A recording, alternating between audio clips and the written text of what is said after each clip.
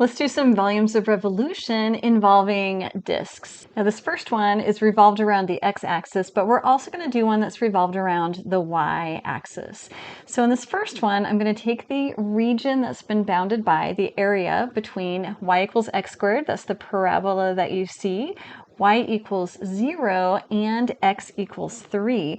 X equals 3 is this vertical line. I'm just going to draw it there in the first quadrant. So this is my area, so between those three things, and we're going to go ahead and revolve this around the x-axis. Now it's hard to visualize, but it's really not so bad to draw. I'm going to go ahead and take this area and draw a mirror image on the other side of my axis of revolution.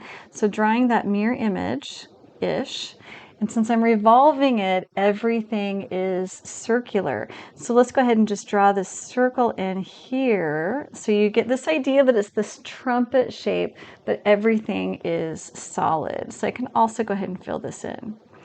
Now, because everything is circular, I can go ahead and cut through this vertically, and as I'm cutting through that vertically, I end up with these circles, but my circles have thickness, so my circles are actually, if I go ahead and pull one off, they're actually a disc, kind of like a penny. That's not the best picture, but you get the idea. So I've got a circular cross section with some thickness. So I'm going to take all of these volumes and add them up. The volume is the area of a circle, pi r squared, times the thickness. And in order to get the total volume, that's just the volume of one of our disks, I'm going to add all of these up, and I'm going to do that with my integral. So it's going to be the integral from a to b of pi r squared, and then for my thickness, it's going to be either a dx or a dy. So there's a couple of things that we've got to decide as we're setting this thing up. There's actually three things. The first one is to determine the direction of the thickness. This is so critical, and it makes the rest of this really easy. So the thickness of that disc, let me go ahead and grab my yellow pen. Here's my disc. There is the thickness. So the thickness of that disc is in the x direction, so it's going to be a dx. This puts everything else into motion because this means that my limits of integration, I'm going to take each of those disks and I'm going to stack them up along the x-axis from 0 to 3. So my limits of integration are also x's. And then I also want to know, what is that radius? Well, the radius is measured from the axis of revolution up to, I'll put a couple of them in here so you can see, from the axis of revolution up to my function. So my radius is a y value, but it's really computed using my function x squared. So it's going to be an f of x. So truly, it just boils down to, what's the direction of the thickness? Is it going to be a dx or is it going to be a dy? Once we know that, we're able to set up our volume. Let me go ahead and put it over here. So my volume is equal to the integral. I'm going to stack up each of these disks along the x-axis from 0 to my highest x value, which is 3. Now I want to put my area of a circle, so it's going to be pi r squared. But my radius is my function value. So I'm going to go ahead and put x squared there as my radius, so x squared squared. The thickness is in the x direction, so the thickness is our dx. This one's actually a really nice integral to work with. Let's bring the pi out in front. I've got 0 to 3, x to the 4th dx.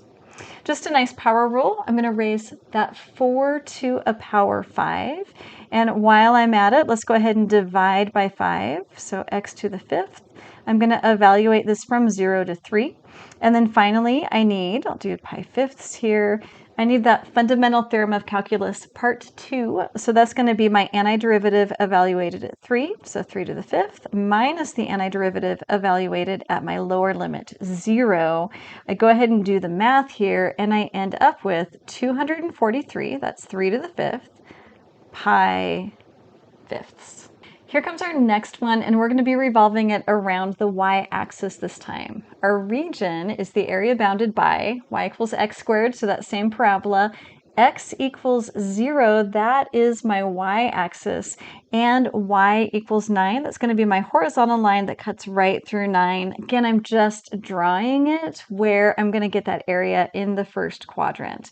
So that gives me this area that we're going to be revolving, and we want to revolve that around the y-axis this time. So around the y-axis. Again, to get just a really nice visualization, I'm going to do the mirror image of this area on the other side of my axis of revolution, so right here.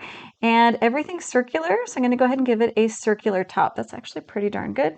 And this is a solid. Okay, so everything here is filled in. Now when I do my cross sections to get those circular cross sections, I need to go ahead and take these horizontal slices, right? So this is going to be one of my discs here. Here's another one of my discs. Let's go ahead and pull those discs off. My discs look like this. So my thickness, if you think of this as a coin, that thickness is going to be instead in the y direction. So that answers that one crucial question, is my thickness dx or dy? In this case, it's dy. So that means that I want everything in my integral to be in terms of y. My integral is going to look like this. The volume is the integral from a to b. In this case, it's going to be my lowest y value, which is 0, and my highest y value, which is 9. So 0 to 9. Pi r squared dy, that's my thickness. Now in this case, my r it's going to get measured from the axis of revolution out to my function. It's in the x direction, right? So it's going to be an x equals f of y. Really what this means is I want to take my function, which is what it's measuring out to, but I want to solve for x instead. So let's go ahead and take a square root. It's going to give me a function of y. Square root of y is equal to x, and the square root of y goes here. Now I'm left with the math. Let's go ahead and work this math through. This one's really nice. The square root and the square just undo one another, and I get pi integral from 0 to 9 y dy.